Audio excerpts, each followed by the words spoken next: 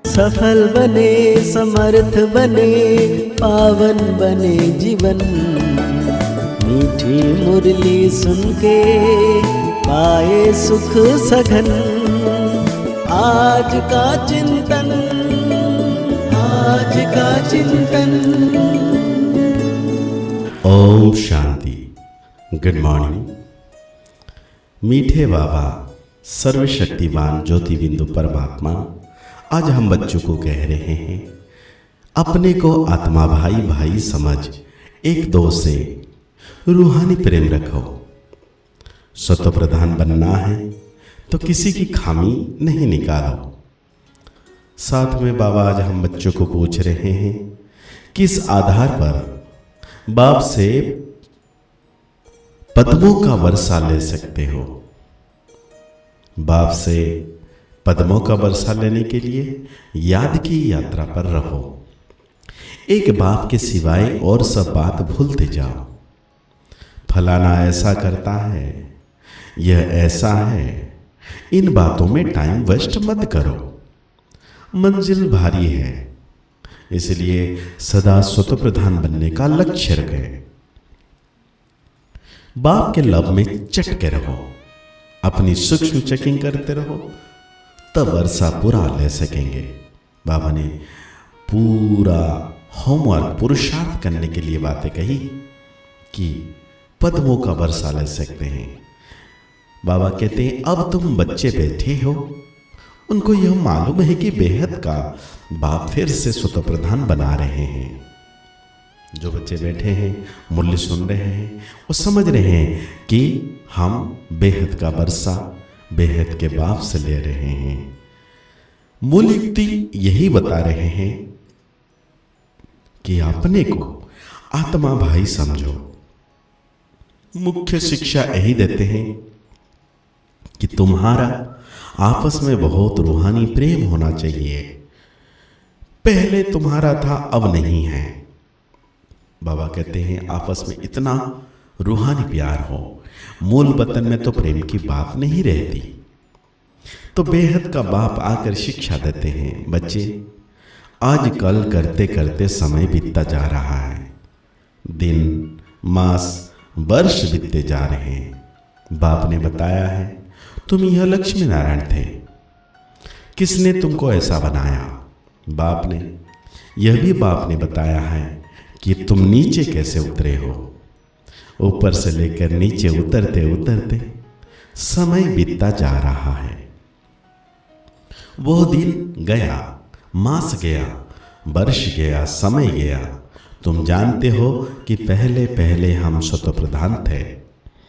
हमारा आपस में बहुत लव था। बाप ने तुम सब भाइयों को शिक्षा दी है। तुम भाई भाई का आपस में बहुत प्यार होना चाहिए। बाबा कहते हैं, मैं तुम्हारा बाप हूं, कितना प्यार से तुमको संभालता हूं, तुमको तमो प्रधान से स्वतः प्रधान बना देता हूं। तुम्हारी एम ऑब्जेक्ट है ही स्वतः प्रधान बनने की। समझते हो, जितना जितना हम स्वतः प्रधान बनते जाएंगे, उतना खुशी में भी आते जाएंगे। हम स्वतः प्रधान थे, हम भाई भाई आपस में बहुत प्रेम करते थे। अब बाप द्वारा हमको पता पड़ा है, हम देवताएं आपस में बहुत प्रेम से चलते थे। इन देवताओं की और हेवन की बहुत महिमा है। तुम भी हेवन के रहवासी थे, फिर आजकल करते करते नीचे उतरते आ गए। 1 तारीख से लेकर आज आकर 5000 वर्ष, बाकी कुछ वर्ष रहे हैं। शुरू से लेकर तुम कैसे पाठ बजाते आए हो, यह सब बुद्धि में है। अब देह अभिमान होने के कारण 1-2 में वो प्यार नहीं है। 1-2 की खामियां निकालते रहते हैं। फलाना ऐसा है। जब देही अभिमानी थे तो ऐसे किसी की खामियां नहीं निकालते थे। आपस में बहुत प्यार था। अब फिर वही अवस्था धारण करनी है। बाबा कहते हैं, अब वो खामियां कैसे निकले? आत्मा को ही अशांति होती है। अब अपनी जांच करनी है, कि हम अशांत क्यों बने। जब हम भाई भाई थे तो हमारा बहुत प्रेम था। अब फिर बाप आया है, कहते हैं अपने को आत्मा भाई भाई समझो, एक दो से प्रेम रखो। देह अभिमान में आने से एक दो की खामियां निकालते हो। बाप कहते हैं तुम अपना पुरुषार्थ करो उच्च पद पाने का। तुम जानते हो हमको बाप ने ऐसा वर्षा दिया था जो हमको भरपूर किया था। अब फिर बाप आया हुआ है तो क्यों ना हम उनकी मत पर चलकर फिर से पूरा वरसान लें। हम ही देवता थे, फिर 84 जन्म लिए और हम ही अभी बनने वाले हैं। बाबा कहते हैं तुम मीठे मीठे बच्चे कितने लाडले थे, कोई मतभेद नहीं था, किसी की निंदा आदि नहीं करते थे। अभी कुछ ना कुछ कमियां हैं। बाबा कहते हैं अपने को आत्मा समझ बाप को याद करो। भाई भाई देखो तो गुण ही गुण दिखाई पड़ेगा। सबको गुणवान बनने की कोशिश करो, बनाने की कोशिश करो, बनने की कोशिश करो और बनाने की कोशिश करो। कोई उल्टा सुल्टा कुछ भी करे, समझा जाता है ये तमो व रजो प्रधान है, तो जरूर उनकी चाल ऐसी होगी। सबसे जास्ती गुण है बाप में, तो बाप से ही गुण ग्रहण करो और सब बातों को छोड़ दो। अब गुण छोड़ गुण धारण करो। बाप कितना गुणवान बनाते हैं। कहते हैं तुम बच्चों को भी मेरे समान गुणवान बनना है। बाप सुखदाई है, हमको भी सुखदाई बनना है। बस यही फुरना रहे कि हमको स्वतःप्रधान बनना है और कोई बात ना सुनो, ना ग्लानि करो। सब में कोई ना कोई खामी है। खामी भी ऐसी है जो कोई समझ ना सके।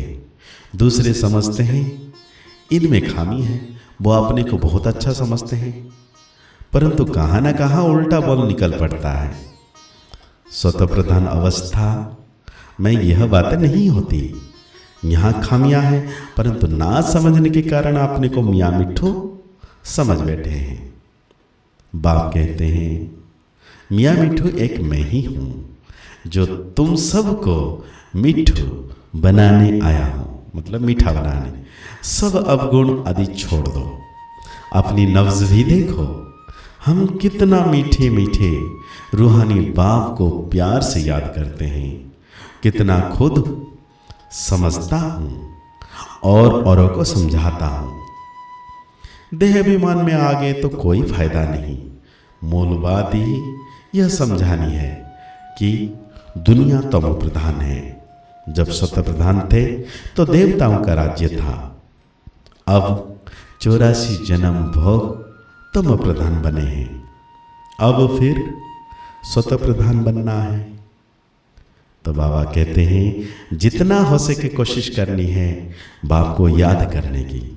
आगे भी याद करते थे, परंतु वो बेविचारी याद थी, बहुतों को याद करते थे। अब बाप कहते हैं अव्यभिचारी याद में रहो, सिर्फ मां में कम याद करो। भक्ति मार्ग के ढेर चित्र हैं जिनको भी तुम याद करते आए हो।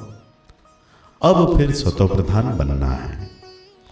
वह भक्ति मार्ग है ही नहीं जो याद करना पड़े। बाप कहते हैं फुरना यही रखो कि हम स्वतः प्रधान कैसे बने। ज्ञान मिल गया कि यह सृष्टि चक्र कैसे फिरता है, बहुत तो सहज है। अच्छा, कोई मुख से नहीं भी समझा सकते हैं, परंतु बुद्धि में जरूर आता है कि हम स्वतः प्रधान से तमो प्रधान कैसे बने हैं और अब फिर स्वतः प्रधान बनना है जरूर। अगर कोई बोल नहीं सकता तो कहेंगे अपनी तकदीर। तो आज बाबा हम बच्चों को धारणाओं में कहते हैं दही अभिमानी अवस्था धारण कर सुखदाई बनना है। किसी की भी खामियां मतलब कमियां नहीं निकालनी है। आपस में बहुत प्यार से रहना है, मतभेद में नहीं आना है और सब बातों को छोड़ एक बाप से गुण ग्रहण करना है। स्वतः प्रधान बनने का फुरना रखना है। किसी की बात ना सुननी है ना ग्लानि करनी है, मियाँ मिठू नहीं बनना है। तो आज बाबा हम बच्चों को वरदान दे रहे हैं, समय प्रमाण स्वयं को चेक कर चेंज करने वाले सदा विजयी श्रेष्ठ आत्मा भव। बाबा कहते हैं जो सच्चे राजयोगी हैं वो कभी किसी भी परिस्थिति में विचलित नहीं हो सकते। तो अपने को समय प्रमाण इसी रीति से चेक करो और चेक करने के बाद चेंज कर लो। सिर्फ चेक करेंगे तो दिल शिकस्त हो जाएंगे, सोचेंगे कि हमारे में यह भी कमी है, पता नहीं ठीक होगा या नहीं। इसलिए चेक करो और चेंज करो, क्योंकि समय प्रमाण करते व करने वालों की सदा विजयी होती है। इसलिए सदा विजयी श्रेष्ठ आत्मा बन तीव्र पुरुषार्थ द्वारा नंबर 1 में आ जाओ।